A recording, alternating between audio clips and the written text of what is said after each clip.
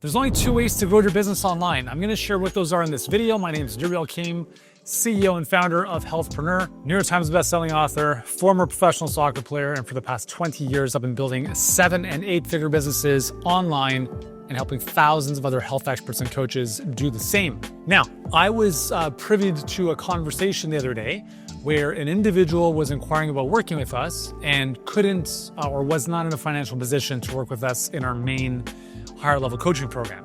So the alternative was to do something else that required a little bit more of his time. And he said, I don't want to do that. And I thought to myself, what else are you going to do? Because there are two ways to grow your business. And if you don't do either of these or both of them, I would love to know in the comments below what on earth you're doing to grow your business. We're gonna be like one of those blow up dolls on the side of a road and just flapping to get attention? Or are we gonna sit around hoping for word of mouth and referrals?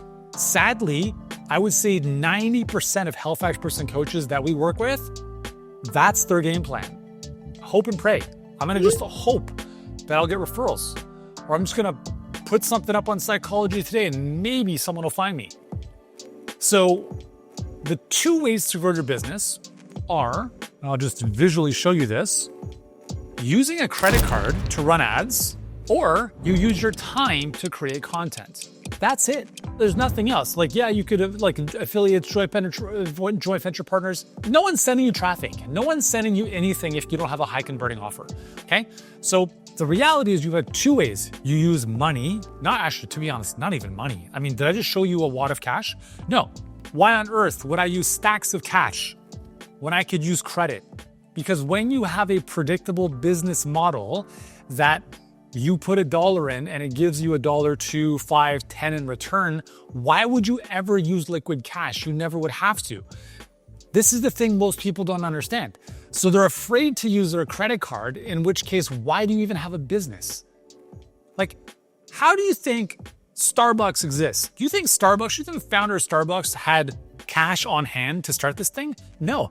Do you think an airlines starts in airlines and buys Airbus A380s with cash? No, they leverage credit. And if you're a serious business owner, please understand the importance of using credit. But here's the thing. A lot of you guys are worried about this because, well, what if I have money sitting on my credit card? So what? Who gives a shit, right? But I'm gonna just put that conversation aside for a second. So anyways, we have ads, right? We can use ads to drive traffic instantaneously at the push of a button. Ads guarantee visibility. They don't necessarily guarantee conversions, which is why you have to become very good and astute with copywriting, messaging, making offers, and so forth, okay? Now, if you're not in a position to run ads, you don't know how, please don't do it by yourself. Please work with us or someone who knows what the hell they're doing. Otherwise, you will lose money faster than the IRS or the CRA taking it out of your bank account. Now, the alternative to running ads is using content. I'm a huge fan of content, even though you've probably seen some of my ads where I talk about the fact that social media is a waste of time. It is in the way that most people do it. You don't need to spend 10 hours a day creating content, but you also have to learn how to create content that gets attention, builds trust, and adds value. So when this individual's like, well, I don't want to do that, and I can't do this, I'm like, dude, what the fuck are you talking about? That's like me saying, I want to get ripped, but I'm not going to work out and I'm not changing the way I eat. Are you crazy? What planet would I be living on to even believe that to be true? But I'm telling you this, guys, I've worked with thousands and thousands of individuals improving their health. Over the past 8 years, I've worked with thousands of health experts and coaches, helping them build their businesses. And the level of delusion that so many people have is just, it's not surprising, but it's also not surprising when their business struggles, right? If someone's barely making any money, you have two options. You leverage credit and take a risk on yourself, you bet on yourself, or you put in time in the form of content, what you're not willing to use in the form of money. Okay, those are the only two options. Again, if there's anything other than those two, please let me know in the comments below. I've been doing this for 20 years. I've yet to see something else, okay? And if there's something else under those two, it's probably gonna fall under those two in some way, shape, or form. So what's the big concern about posting on social media and creating content? Well, here's what a lot of people are afraid of. It's going to take my time. Okay, cool. But you're already spending a lot of time working with patients, working with clients. So you don't have a lot of time. I get that. But how are you getting out of that situation? Like, what's the game plan? So let's say that, I'll just give you an example. So when I was making my transition from the one-on-one grind, 10 to 14 hours a day, working one-on-one, did that for 7 years. I didn't have time to do something new, but the choice, the decision that I made was, if I don't do something different, I will never leave this situation. And that's the thing you have to understand, is if you're in a situation right now you don't enjoy, then there's going to have to be a level of sacrifice, which means you have to start doing something you're not currently doing, and you have to give something up that you're currently doing that you should no longer keep doing. So in my case, I said, I'm going to sacrifice 1 hour a day in the middle of my day to lock myself in a room. This is back in 2005. And I'm going to start building something. I don't even know. I think I was creating content or building one of my first programs for my online business. I didn't know what the hell I was doing. I had no guidance, but at least I did something. So I spent 1 hour per day, every single day. Instead of gossiping with other people, I'm like, I'm just going to focus. So that was kind of phase one. But then over time, as I started getting more serious, as I started getting a little bit of traction, and for context, I made $6,000 my first year online. So I wasn't like rolling in the dough. I had to make a sacrifice. I said, I can't keep working with people one-on-one forever, because the only way I get ahead there is by working more. I can't get out of that trap. I'm at my capacity ceiling.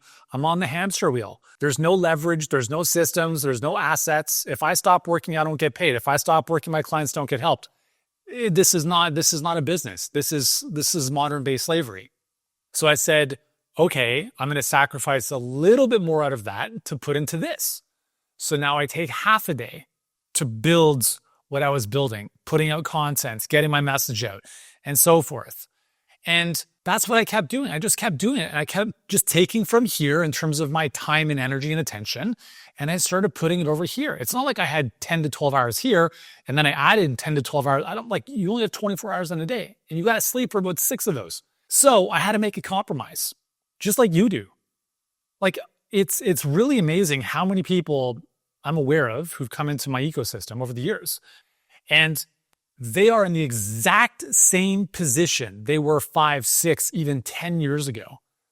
And that's like, if that's your situation, I want to be very real with you. You have to let that be absolutely devastating to you, because you're not going to change until you recognize the pain of your current situation is no longer tolerable. Hey, we'll get back to the video in just a second, but before we do, if you're an experienced health professional who's wanting to grow your business online and you want a better, faster way to do so, and you're liking what we're all about here at Healthpreneur, click the link in the description to see if you qualify for us to help you scale your business 10 times faster without the grind and without the guesswork. Click the link below in the description, and let's get back to the video. To be in the same financial position, and let's call it the average health coach makes less than about $43,000 a year, okay? So let's just call it $40,000. If you are making $40,000 a year and you have been there for a while, you have to get absolutely disgusted with that situation.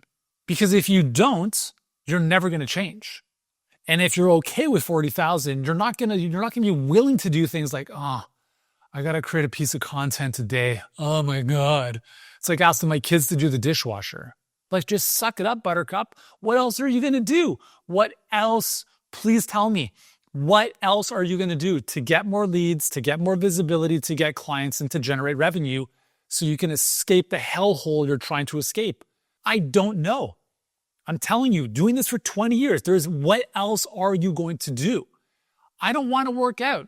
Too bad. You say you want to build muscle. What else are you going to do? I want to lose weight, but I'm not willing to give up donuts. What the fuck are you going to do? Right? You're going to keep eating donuts and expect to see visible abs? It's not going to happen. So guys, again, I'm not saying you're doing this. I'm saying there are people out there that do this in business, right? Which is why I don't consider them very serious business owners. There are people that are making $40,000 a year. There are people that are making $40,000 a month. There are people that are making $40,000 a week. There are people making $40,000 a day. And all of them have the same amount of time. What's the difference? Well, the people making $40,000 a day are doing and have been doing very different things for an extended period of time. They've been building content, putting out value, putting out goodwill or building systems and assets that now do more of the heavy lifting for them. But please don't expect to start something new, whether it's creating content or running ads, and like George Foreman Grill, set it and forget it. I posted once, no one saw it, this doesn't work, I'm not gonna, no, that's not how you win in life. That's not how you win. That's how you stay stuck, because it's so much safer to stay in the shit that you're in. It's so much safer, but it's not. It's not, but this is the human condition. We are much more likely to stay in the shit than get out of it. But this is why I want to challenge you in these types of videos, because you have more inside of you. I know you have more potential. There are so many people out there that need your help. By you playing small, you're being selfish. But if you want to keep doing what you're doing, by all means, keep doing it. If you love the one-on-one, if you love the grind, if you love having your earning capped, you want to have no free time and you enjoy that, keep doing it. Please keep doing it. No judgment. However, the moment you say you want something different, I'm going to hold you accountable to that. Because don't tell me you want something different and you're not willing to do something different. That's called fucking bullshit. And as a coach, I have no tolerance for that. Okay? So as an example, last night I stepped in to coach my oldest son's soccer team. He's had a horrifying coach for the past 2 years. The coach got fired from the club. So now they have a 4-week hiatus between the end of the season and tryouts for the next year. That's not good, because they're not playing, they're not training, they have no more games.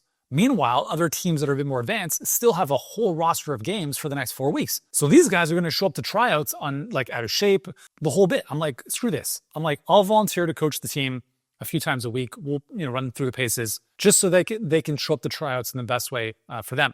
So I go to the session and I ask the kids, who are all 14, I said, hey guys, just a show of hands.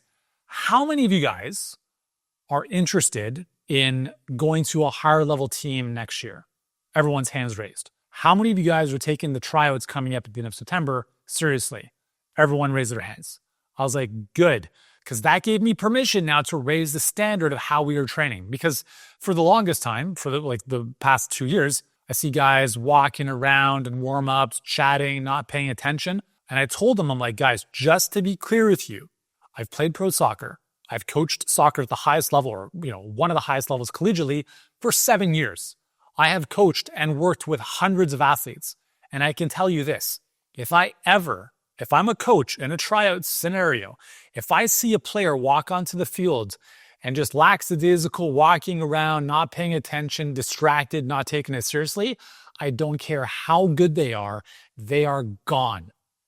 And half of you guys, that's how you're showing up right now. Okay. So I'm just like, hey, if you said you want to be at the next level, you have to do things differently.